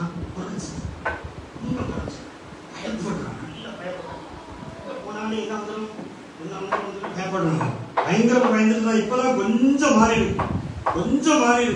கொஞ்சம் பயன் இல்லாத ஆட்கள் வந்து மற்ற டாஸ்மாக்கு போறாங்க. மற்றபடி உள்ள ஆட்கள் வந்து பயத்தோட தான் இருக்காங்க. அவனுக்கு உடம்பு இல்லாதனால அவனுக்கு பயன் இல்லை. அவன் அப்படியே போனாலும் கவலைப்பட மாட்டான். பாருங்க, மற்றபடி எல்லாருக்குமே ஒரு பயம். நம்ம ஆட்சியாளர்களுக்கும் பயம், எல்லாருக்குமே பயம். யாரும் உதவிகளுக்கு கிடையாது இல்லையா? இது யாரையும் பிடிச்சிரும். அதனால தூர நிறுத்திக்கூடாது, இப்படி அங்க நில்லுங்கன்னு சொல்லிடுறாங்க. சிலர் கம்பி அடிக்க அந்த பக்கத்திலே நிற்கிறாங்க, விட்டே வரக்கூடாதுன்னு சொல்றாங்க. ஒரு இடத்துல போலீஸ்காரனை பிடிக்கிற அந்த கல்லனை பிடிக்கிறதுக்கு ஒரு போலீஸ்காரன் ஓடி வந்தோன்னு அவன் சொன்னாங்க இப்படி சொல்றான், துப்பிடுவாங்க, பிடிச்சிடும் சொல்றான். ஒரு வீடியோ போலீஸ்காரன் ஓடின உடனே இவன் பின்னால போலீஸ்காரன் துரத்துக்குவான். பாருங்க, எல்லாருக்குமே பயந்தான், போலீஸுக்கும் பயந்தான், எல்லாருக்கும் பயப்படுத்தக்கூடிய ஒரு கிருமியாக இது மாறிவிட்டது. அப்போ மனிதனுக்கு பயம் வர வேண்டிய நேரம் தன்னால என்ன செய்கிறது? பயம் வந்துடுது. அப்ப தேவன் ஒருவர் இருக்கிறார். தேவன் நமக்கு மேலான ஒரு வல்லமை ஒன்று இருந்து கொண்டிருக்கிறது. பாருங்க, அதனால கடிந்து கொள்ளுதல் யாரு வெறுப்பான்னா பரியாசக்காரன் வெறுப்பான். பரியாசக்காரன் முதல்ல அப்படியே இருந்து நினைச்சிட்டு இருப்பான், இது ஒண்ணு நடக்காதுன்னு.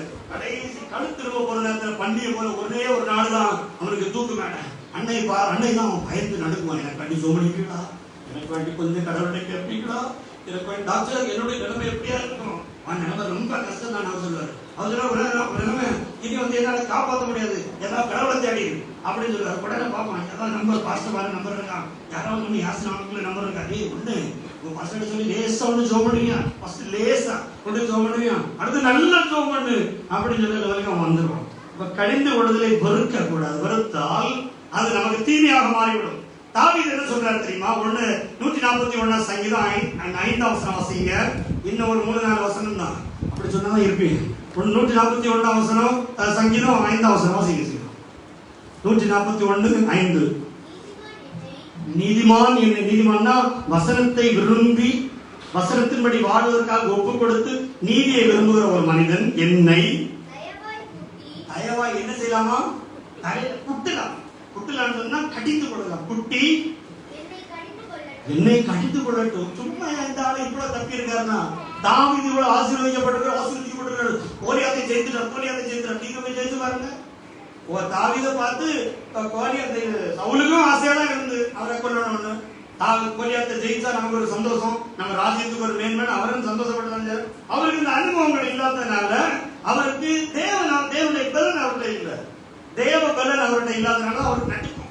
கோலியாத்தை பார்க்கறது வரைக்கும் அவர் தைரியமா இருப்பார்.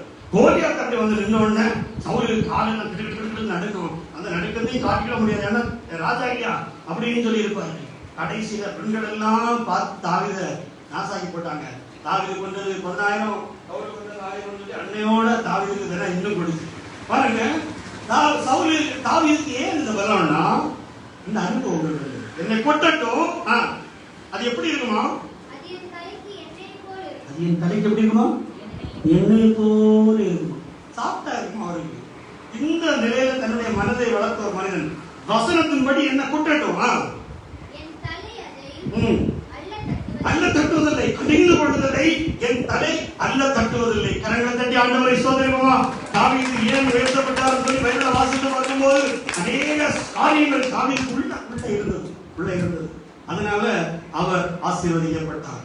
பாருங்க, எதற்காக இந்த அடிகள் நமக்கு வருகிறதுன்னு சொன்னா, அந்த அடிகள் எல்லாம் நமக்கு நித்திய ஜீவனை கொண்டு வரும். நீதிமொழி 15:31 வாசித்து பாருங்க.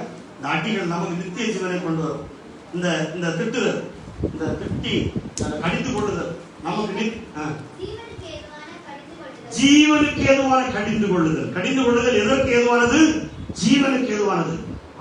அந்த கடிந்து கொள்ளுதல்னால பேதுரு உடனே மாறிட்டான். பேதுருக்கு மாற்றம் உண்டாச்சு. ஆண்டவர் கடிந்து கொள்ளுகிறார், பேதுரு மாறுகிறார். பேதுருவை பவுல் கடிந்து கொள்ளுகிறார், அவர்கள் ஒரு மாற்றம் உண்டாகிறது. கலாத்தியர் 2ஆம் அதிகாரத்தில் ஒரு கடிந்து கொள்ளுதலை நாம் பார்க்கிறோம். பாருங்க, பரிசுத்தவான்கள் அவர்களுக்குள்ளாரே மாறி ஒரு கடிந்து கொள்ளுதல். எதுக்குன்னா திருத்துவதற்காக ஒரு கடிந்து கொள்ளுதல். ஆகவே இந்த கடிந்து கொள்ளுதலை விரும்பும் போது நமக்குள்ள நிறைய மாற்றங்கள் உண்டாகும். அதனால ஆண்டவர் சொல்றாரு, இன்னைக்கு நம்மை கடிந்து கொள்ளுகிற ஒரு அனுபவத்துக்குள்ளே கடத்தி விடுகிறார். கடிந்து கொள்ளுகிற ஒரு அனுபவத்துக்குள்ள என்ன செய்யறாரு? நம்மை அப்படியே வழி நடத்தி விடுகிறார். பாருங்க, நீதிமொழிகளின் புத்தகம் 29:15 வாசித்து பாருங்க. நீதிமொழி 29 பாருங்க. நல்ல சின்ன பிள்ளைகள் கேட்டுடுங்க. சிலர் உடனே வசன ஆதாரம் தான் கேட்கறாங்க. உங்களை அடிக்கலான்னு பைபிள்ல இருக்குன்னு எந்த வசனத்துல இருக்குன்னு தான் உடனே கேட்கறாங்க. உடனே அவங்க எபேசியர் 5ஆம் அதிகாரத்துக்கு போயிடுவாங்க. எபேசியர் 6க்கு பிள்ளைகளை என்ன செய்ய விடணும்? கோவப்படுத்த கூடாதுன்னு சொல்லக்கூடிய பாயிண்ட்ல ரொம்ப கொண்டுருவாங்க. இப்ப நான் சொல்றது என்னன்னா, குடிகாரன் குடிச்சுட்டு தேவையில்லாம தூக்கி போட்டு அடிப்பான், அதை தான் கோவப்படுத்துதல். உங்களை அவசியத்தோடு அடிக்கிறதுல என்ன இல்லை, அதுல அந்த மீனிங்ல அது வராது. நான் கடிந்து கொள்ளலன்னு சொன்னா உங்களை வெறுக்கிறோம் பைபிள் சொல்லுகிறது. பிரம்பும் அதை வாசிங்க. பிரம்பும் நல்லா கேட்டுடுங்க. வசன ஆதாரம் கேட்கறவங்க கேட்டுடுங்க. காதாசி பிரம்பும் என்ன கொடுக்கும்? ஞானத்தை கொடுக்கும். பிரம்பும் கடிந்து கொள்ளுதலும் ஞானத்தை நமக்குள்ள கொடுக்கும். ஹல்லேலூயா. அதனால நம்ம இதை எதிர்க்காதபடி டெய்லி ஆண்டவருடைய கடிந்து கொள்ளுதல் எனக்கு வேணும், தேவன் என்னை வழி நடத்தணும். ஏன் கடிந்து கொள்ளுதல் வருதுன்னா, நம்ம டைரக்ஷன் சரியா போறதுக்காக. டைரக்ஷன் மாறும்போது கடிந்து கொள்ளுதல் வரும். டிரைவிங் படிக்க தொடங்குறோம்னா எந்த டிரைவிங் ஸ்கூல் வாத்தியாரும் அடிப்பாரு. அடிக்காத டிரைவிங் ஸ்கூல் வாத்தியார் எங்கேயாவது உண்டுன்னு சொன்னா எனக்கு பிள்ளைகளை விடுதான்னு ஒரு யோசனை இருக்குது. ஏதாவது ஒரு வாத்தியார் டிரைவிங் ஸ்கூல்ல அடிக்காம இருப்பாரு, எல்லாம் கொஞ்சம் ஏசாவர் போட்டு போட்டிடுவார். டிரைவிங் ஸ்கூல் வாத்தியார்களுக்கு வேலை அதான். டிரைவிங் படிச்சவங்களுக்கு நல்லா தெரியும். ஒருவேளை ஒரு பாவம் பார்த்து விட்டா விட்டுருக்கலாம். மற்றபடி டிரைவிங் ஸ்கூல் வாத்தியார்களுக்கு கம்ப்ளைண்டே அதான். என்னன்னா, நம்ம வண்டியை ஓட்டிகிட்டே இருப்போம், ஒரு வண்டிக்கு முன்னால கொண்டு அப்படி விட்டுருவாரு. விட்டு அப்படி திருப்ப சொல்லுவாரு. நம்ம திருப்ப கையை அடிச்சிருவாரு. இல்லைன்னா ஏசிடுவாரு. எனக்கு படிச்சது நல்ல ஏசுவாரு. அவருக்கு மாத்தாண்ட பாசையில் ஏசுவாரு. இப்ப கஷ்டமா இருக்கும். மாத்தாண்ட பாசையில நல்ல ஏசுவாரு. அதுவும் வண்டிகளுக்கு முன்னால கொண்டு விட்டுட்டு கேரளா பஸ் இப்படி வரும், நம்ம கார் கீழே டயரை கட்டியிருக்கோம் அவருக்கு நீ சார் அவர் போன் பேசிக்கிட்டாரு. அப்போ நம்ம ரெண்டு செத்தும், அவர் மட்டும் தப்பிடுவாரு. இப்படி இடிச்சாலும் அவர்கள் தப்பாரு கிடையாது, தப்பவே முடியாது இருக்கும். ஆனா கிட்ட பலனா இருக்கு. எதுக்குன்னா பயத்தை மாற்ற இருக்கான். பாருங்க, இதெல்லாம் நம்ம கடிந்து கொண்டு வாங்க. நம்ம நல்லா படிச்சு நல்ல தரவாயும் அதுக்கு பிறகு நமக்கு ஒரு நிச்சயம் நமக்குள்ளாரே வந்துடும். ஹல்லேலூயா. அப்போ இந்த சபை சீர்பட்ட நிலையை சீரான நிலையை விட்டு சீரடைந்து குறைந்து கிடக்கிற நிலைக்கு போகும்போது இந்த கடிந்து கொள்ளுதல் வருகிறது. ஹல்லேலூயா. இந்த 6 மாசம் 5 மாசம் இப்படி போட்டுட்டாங்கல்ல, உலகம் முழுதும் அப்படியே சண்டா இருந்தது. எல்லாரும் அப்படியே இருந்தாங்க. எல்லாரும் நினைச்சாங்க சபைன்னு சொல்லக்கூடிய பெரிய ஒரு கட்டடம் போல இருக்கு, அங்க போய் சத்தம் போட்டு ஆராய்ச்சிதான் சபைன்னு. இல்லை, நீங்கள் எல்லாம் சபையினுடைய அங்கங்கள் என்பதை காட்டுவதற்காக வீடுகளில் இருந்து ஆராதிங்கன்னு சொல்லி ஒரு 6 மாசத்தை விட்டுட்டாரு. அவர் நினைச்சா திறப்பாரு, அவர் நினைச்சா அடைப்பாருன்னு சொல்லக்கூடியது இப்ப நமக்கு என்ன செய்தாரு, காட்டிட்டார். அப்போ இந்த கடிந்து கொள்ளுதலோட நமக்கு என்ன எதுவும் சேர்ந்து வருதுன்னா சிக்ஷையும் சேர்ந்து வருகிறது. சிக்ஷைன்னு சொன்னா என்னன்னு சொன்னா அடி, பயங்கரமான அடி தருவார். எபிரேயர் 12ஆம் அதிகாரத்துல 2-3 வசனங்களை வாசிக்கணும். சீக்கிரம் இன்னும் 10 நிமிஷத்துல முடிக்கிறேன் முடியாது. எபிரேயர் 12ஆம் அதிகாரத்தை சீக்கிரம் மாட்டேங்க. எபிரேயர் 12ஆம் அதிகாரத்தை போங்க. 8ஆம் வசனத்திலிருந்து வாசிங்க. வாசிங்க.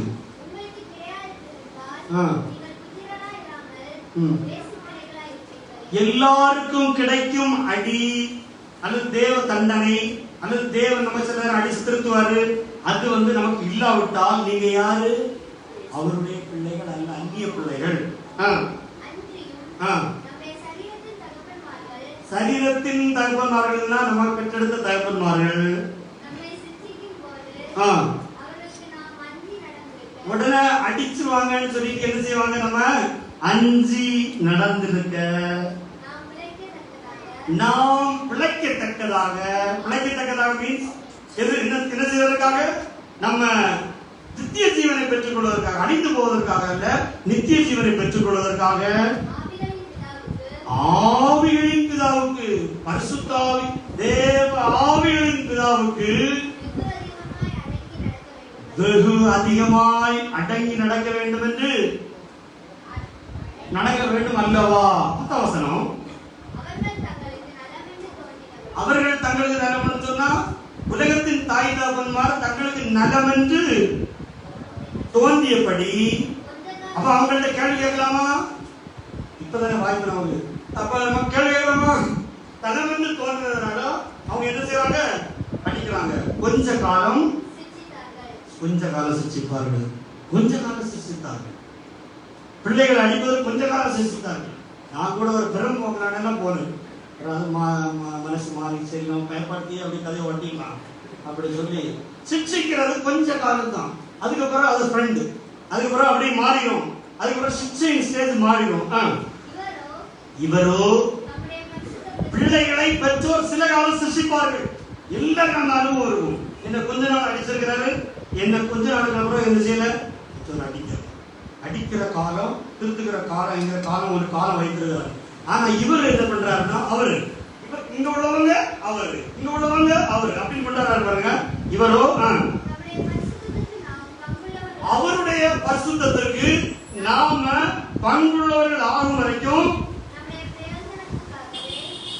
நம்முடைய பிரயோஜனத்துக்காக, அவருக்கு பிரயோஜனமா நம்ம நினைப்போம். அவர் அடிக்கிறது அவருக்கு ஜாதி போல இருக்கு.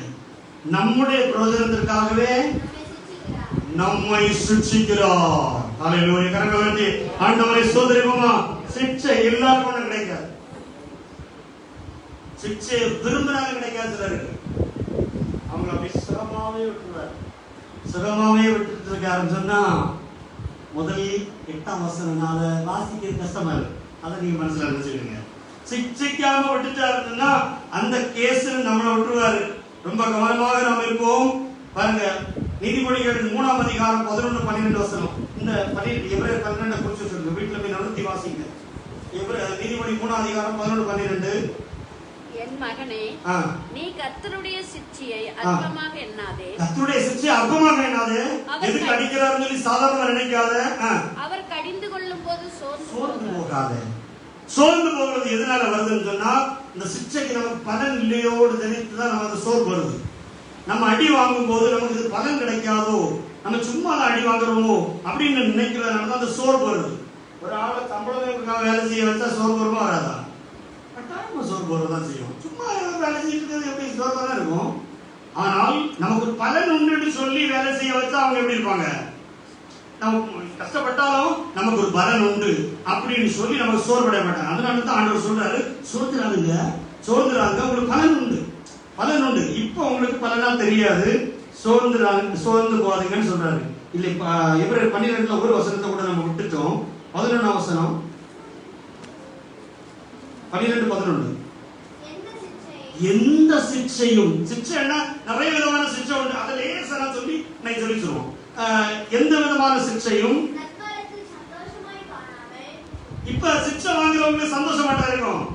சிக்ஷை எடுத்துன்னா சிலருக்கு சத்துருனால் வரக்கூடிய நெருக்கத்துக்கு இடம் கொடுத்திருப்பாரு, சிலருக்கு சில வியாதிகளுக்கு, சில வியாதியின் போராட்டங்கள் அவங்களை நெருங்கிட்டு இருக்கும், சிலருக்கு சிலருடைய நிந்தைகள் அவங்க நெருங்கிட்டு இருக்கும், சிலருக்கு சில மனிதர்களை வைத்து சிக்ஷையை வைத்திருப்பார்கள், சிலருக்கு பல விதமான நெருக்கங்கள் உண்டு. தேவனுக்கு சிக்ஷைக்கு அனுமதிப்பதற்கு பல காரியம், பல சோர்ஸ் அவருக்கு முடியும். அதெல்லாம் சிக்ஷை நம்ம நினைச்சுக்கிட வேண்டியதான், நம்ம புரிஞ்சுக்கிட்டோம். பாருங்க, எந்த சிக்ஷையும் தற்காலத்துல சந்தோஷமா காணவே செய்யாது. இப்ப சந்தோஷமா இருக்கும். யாராவது சிக்ஷை சந்தோஷம் சொல்லுவாங்களா? சிக்ஷை எந்த மனிதனும் சந்தோஷமாக நினைக்க மாட்டான். எங்கள் குடும்பத்துல வந்த சிக்ஷைகள் எல்லாம் சாதா சிக்ஷை ஒண்ணு கிடையாது. அடியில எப்படி வாங்கிருக்க தெரியுமா? ஆண்டவர்ல அடியில எப்படி வாங்கிருக்க, ஜபம் கேட்காத செத்தே போறவருக்கு போட்டு அங்கே என்ன பார்த்து அவமானப்படுத்தக்கூடிய ரோட்ல கடைக்காரன் கிடையாது. நான் எல்லாம் விளக்கமா இப்ப சொல்லல, விளக்கமா சொல்ல முடியாது. நான் புக்கா எழுதுறேன். அப்படி கெட்ட வார்த்தை பேசி அவமானப்படக்கூடிய அளவுல ரோட்ல நின்று பஸ் ஸ்டாண்ட்ல எல்லாம் பேசக்கூடிய அளவுல, அப்படி பார்த்து பேசக்கூடிய அளவுல நம்மள ஒரு இதோ சாதாரண மனிதனாக நம்ம இதுக்கெல்லாம் இதெல்லாம் அடி, இவ்வளவு அடி அடைக்குதேன்னு யோசிக்குவோம். அந்த அடி அப்ப தெரியாது, பிறகுதான் தெரியும் அது ரொம்ப பிரயோஜனமான அடி என்று சொல்லி நம்ம நினைப்போம். அது பயங்கரமான பிரயோஜனத்துக்குள்ள அடியாக அடிச்சிருக்கிறார் அண்ணாயி. வீரப்பட்ட நேரத்துல குடும்பத்தோட போகும்போது எனக்கு எதிராக என்னுடைய சகோதரனுக்கு கார் அடிக்கிறது. மனசெல்லாம் நான் அப்ப இருக்கக்கூடிய நிலை எனக்கு மண்டே ஓடாத அளவுக்கு ஒரு டென்ஷன்ல இருக்கிறேன். அடுத்த நிமிஷம் என்ன நடக்கும்னு தெரியாத ஒரு சூழ்நிலை இருந்து கொண்டிருக்கிறேன். என் சகோதரன் அவ்வளவு முடிவு ஆண்டவரே, எத்தனை மாசங்கள், எத்தனை வருஷங்கள் இருக்குது, ஏன் இப்படி அப்படின்னு சொன்ன உடனே அப்ப தெரியல. அப்போ எந்த சிக்ஷையும் தற்காலத்திலே சந்தோஷமாய் காணாமல் துக்கமாய், ஆனாலும் பிற்காலத்திலே அதில் பழகினவர்களுக்கு அது நீதியான சமாதான பலனை தரும். அல்லேலூயா. இந்த இடத்துல வந்திருக்கக்கூடிய சிக்ஷை அனுபவிக்காம யாரும் இல்லை. எல்லாருக்குமே ஓரளவு ஏதோ ஒரு வழியில நமக்கு சிக்ஷைகள் வந்து கொண்டே இருக்கும். ஆனால் அது நமக்கு பலனை தரக்கூடிய சிக்ஷை தான் தவிர, பிள்ளைக்கு தரக்கூடிய சிக்ஷை தான் தவிர, எதிரியோ தேவனுக்கு பிரியம் இல்லாதவையோ ஆண்டவர் விட்டுவார். அற்புதம் வேணும்னா கர்த்தர் ஒரு நிமிஷத்துல அற்புதம் கொடுப்பாருங்க. இன்னைக்கு ஆபீஸ்ல இருந்து ஒரு லேடி வந்தாங்க. ஒரு மாசம் அவங்க அந்த பிள்ளைக்கு 1.5 லட்சம் ரூபாய் செலவு பண்ணிருக்கு. மென்டல் 10ஆம் கிளாஸ் படிக்க முடியாது, எழுத முடியாது. இப்போ என்ன பார்த்தா வணக்கம் சார் அடிச்சுட்டு போவாங்க. ஒண்ணுமே செய்ய முடியாதுங்க. ஹாஸ்பிட்டல், இந்த ஹாஸ்பிட்டல் நான் வெட்டி மடத்தோட ஹாஸ்பிட்டல் 1.5 லட்சம் ரூபாய் செலவு பண்ணிருக்காங்க. அடுத்து இவன்ட்டு கேட்டிருக்காங்க ஏதாவது, அப்ப இவ வாங்க அப்படின்னு சொல்லிட்டு வந்தாங்க. எத்தனை வாரம் வந்தாங்க இந்த இடத்துல? 3 சொல்லுவாங்க. 3 வாரம் 500 பேர்ல ஒரு சாட்சி சொல்றேன். 3 வாரம் வந்திருக்காங்க. இப்ப அந்த பிள்ளைய காட்டுவாங்க எப்படி இருக்கு. பெர்ஃபெக்ட்லி ஆல்ரைட், மனவெல்லாம் கிளியர். 10ஆம் கிளாஸ் இப்ப எழுதிருக்கோம் நினைக்கிறேன். நீங்க எழுதக்கூடிய அளவு அதாயிடுச்சு. 3 வாரம் வந்த உடனே வீட்டு வேலைகள் எல்லாம் கடலாசி ஆரம்பிச்சது, பேச ஆரம்பித்தது. அந்த தலையில கை சுருட்டவும் இல்லை, ஆட்டவும் இல்லை. வெளியவா உன் பேருக்கு இங்கிருந்து வருகிறா, எத்தனை பேர் இருக்கிறீர்கள், நீ என்ன செய்து கொண்டிருக்கிறாய்னு கேட்கல. தேவனுக்கு அப்ப அற்புதம் பெரிய விஷயமா? இந்த இடத்துல நடந்த அற்புதத்தை எண்ணி முடியாத அற்புதத்தை கர்த்தர் செய்திருக்கிறார். ஆனால் நமக்கு ஏன் சிக்ஷை? நம்மால் தெரிந்து கொள்ளப்பட்டவர்கள், ரொம்ப விரும்பினவங்க, அல்லேலூயா, ரொம்ப உரிமையானவர்கள். உரிமையானவர்களை கர்த்தர் விடவே மாட்டார். அவங்க மேல பாசமா இருக்கார். அல்லேலூயா. அவங்க மேல அவங்க ஒருத்தன் விட மாட்டார். அவங்க கண்மணியாகும், கண்மணி கொண்டவர்கள். அவர்கள் யாரும் அந்த ஸ்டேஜை தாண்டும் போது அவர்களை நெருங்க முடியாதவர்கள். அல்லேலூயா. அவ்வளவு பிரியமானவர்கள். நீ எனக்கு பிரியமானவனாகியால் பார்வைக்கு கனம் பெற்றாயிரம் பைபிள்ல சொல்லப்பட்டிருக்கிறது. தானியேல் அப்படிப்பட்டவன். தானியேலுக்கு மேல யாரும் கை வைக்க முடியாது. சிங்க கபில தூக்கி அவனை போட்டாலும் அவரை சிங்கங்களை வாயில ஆண்டவர் கட்டி, வாயை திறக்க முடியாத அவரை கட்டிடுவார். எதிரிகளை தூக்கி உள்ள போடும்போது எலும்பு வரைக்கும் மீதி வைக்காது. ஹல்லேலூயா. சங்கீதம் 50ஆம் அதிகாரம் 17ஆம் வசனம் வாசித்து பாருங்க. 50ஆம் சங்கீதம் 17ஆம் வசனம்.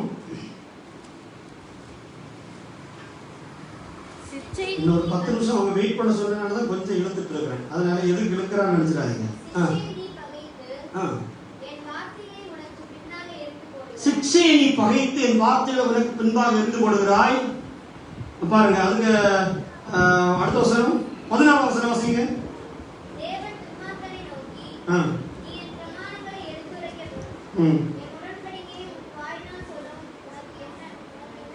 உனக்கு என்ன நியாயம் இருக்கு? சிக்ஷையை விரும்பாத ஒருத்தன் தேவனுடைய வார்த்தையே பேசக்கூடாது.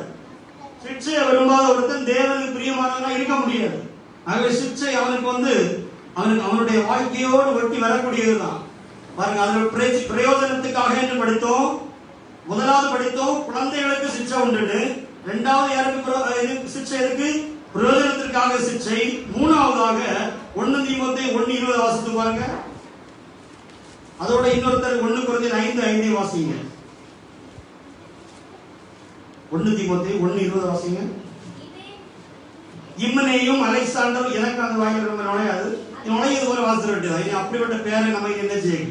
இம்மனேயும் அலெக்சாண்டரும் இப்படிப்பட்டவர்கள், அவர்கள் தூசியாதபடி சிட்சிக்கப்பட, அடி கொடுக்கிறது, சிட்சிக்கப்பட அவர்களை யார் ஒப்பு கொடுத்தது? யார் ஒப்பு கொடுத்தது? பவுல். 2 பேர் பயங்கர அட்டகாசம் பண்ணிட்டு இருக்கான். பார்த்தாரு, இவனை திருத்த என்ன செய்யறான்? யாசனை கேட்கறல. ஆண்டவரே, இவங்க 2 பேரும் சாத்தான்கிட்ட நான் ஒப்பு கொடுக்குறேன். சாத்தானுக்கு ஒரு அளவு வச்சுக்கிட்டு இவங்களை கையில் வச்சுக்கான்னு சொல்லி சாத்தான் நரைக்கு எடுத்துக்குவான். அந்த நரைக்கு எடுக்கும் போது அவன் 2 பேரும் என்ன செய்வான்னா, ஆண்டவரே சொல்லி பவுல்கிட்ட வந்துடுவான். பாருங்க, அவன் திருத்திடுவான். திருந்துறதுக்கு யார்கிட்ட கொடுக்குறாங்க? அங்க சிக்ஷிக்கப்பட சாத்தான் இடத்துல ஒப்பு கொடுக்கிறது. இன்னொரு கேஸ அப்படி ஒப்பு கொடுக்குறாங்க. 1 கொரிந்தியர் 5:5 வாசித்து பாருங்க. அப்படிப்பட்டவனுடைய ஆவி கர்த்தராகிய இயேசு கிறிஸ்துவின் நாளிலே ரட்சிக்கப்படும்படி மாம்சத்தின் அழிவுக்காக நம்முடைய கர்த்தராகிய இயேசு கிறிஸ்துவின் நாமத்தினாலே. இத ஒரு கவனம் நடத்தி வாசிக்கணும்.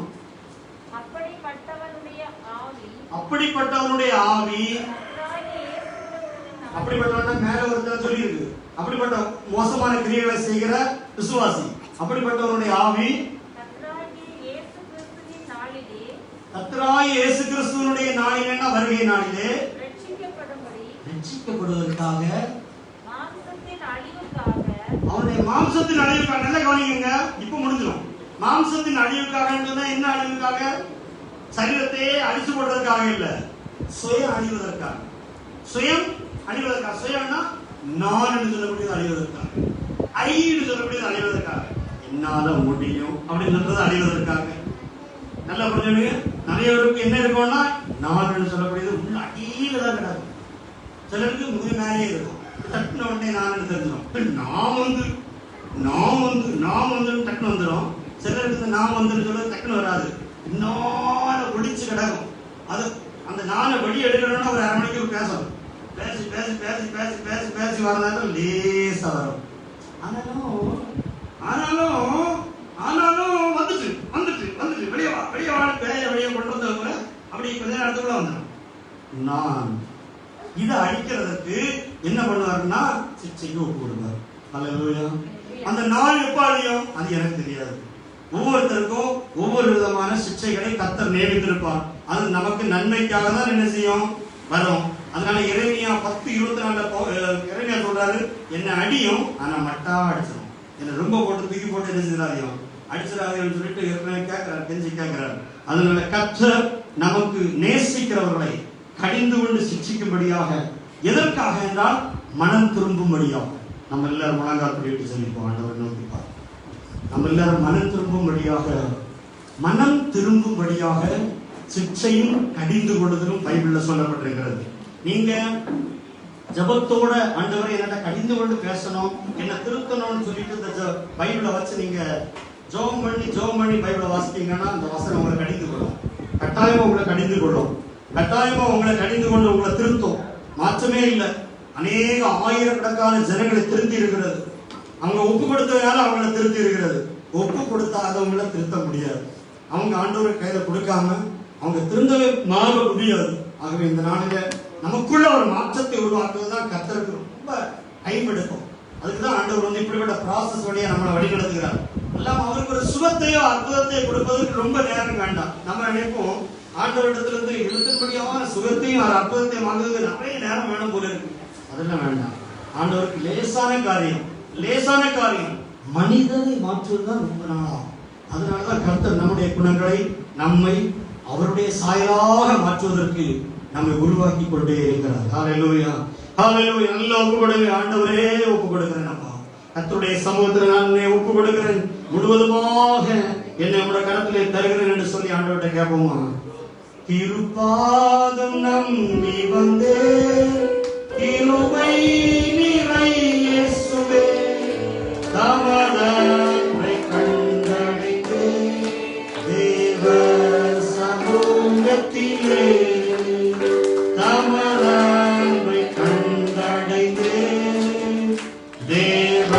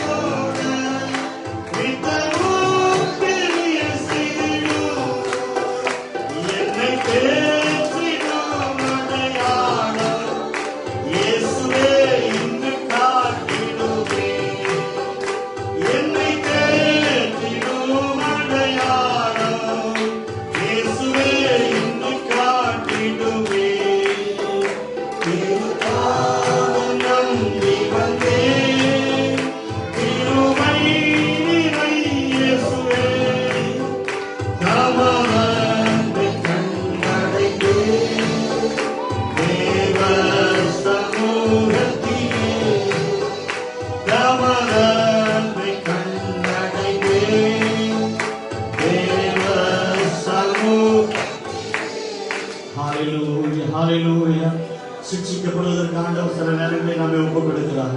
கடிந்து கொள்ளும்படியாக அவருடைய வார்த்தை சில நேரங்களில் நம்ம கடிந்து கொள்ளுகிறது. அவருடைய வார்த்தை சில நேரங்களில் நம்ம எச்சரிக்கிறது.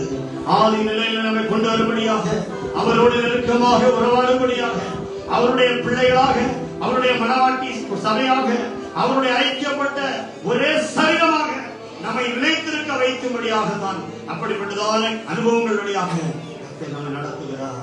ஆனால் அந்த வெளிச்சத்தை கத்த நமக்கு தரும்படியாக நல்ல ஆண்டவர்கிட்ட கேட்போம். ஹalleluya, ஹalleluya. பிதாவே, ஆசீர்வதிக்கப்பட்ட இந்த நாளுக்காக பேசுவோம். இவ்வளவு நேரம் நீங்களோட பேசிக்கொண்ட வார்த்தைகளுக்காக பேசுவோம். சிற்றையின் மூலமாக எவ்வளவு நன்மைகளும் ஆசீர்வாதங்களும் இருக்கிறது என்பதை நீ தெளிவாக எங்களோடு வெளிப்படுத்தின வார்த்தைகளுக்காக பேசுவோம். நம்முடைய பரிசுத்தத்துக்கு நாங்கள் பங்குள்ளவர்களாய் தீர்வதற்கு எங்களை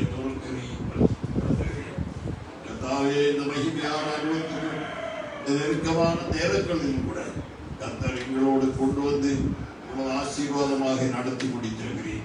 கர்த்தாவே, உடைய கரத்திலே எங்களை தாழ்த்துகிறோம். உறுதி மட்டும் தாழ்த்தி எல்லா மக்களையும், எல்லா விசுவாசிகளையும், குடும்பங்களையும் உடைய கரத்திலே புதிகரமை விமர்சிக்கிறோம். இயேசு கிறிஸ்து நாமத்தினாலே பிரார்த்தித்தாரே. ஆசீர்வாதம் உடைய கர்த்தராகிய இயேசு கிறிஸ்து கிருபை எல்லாரோடு கூட இருப்பதாக.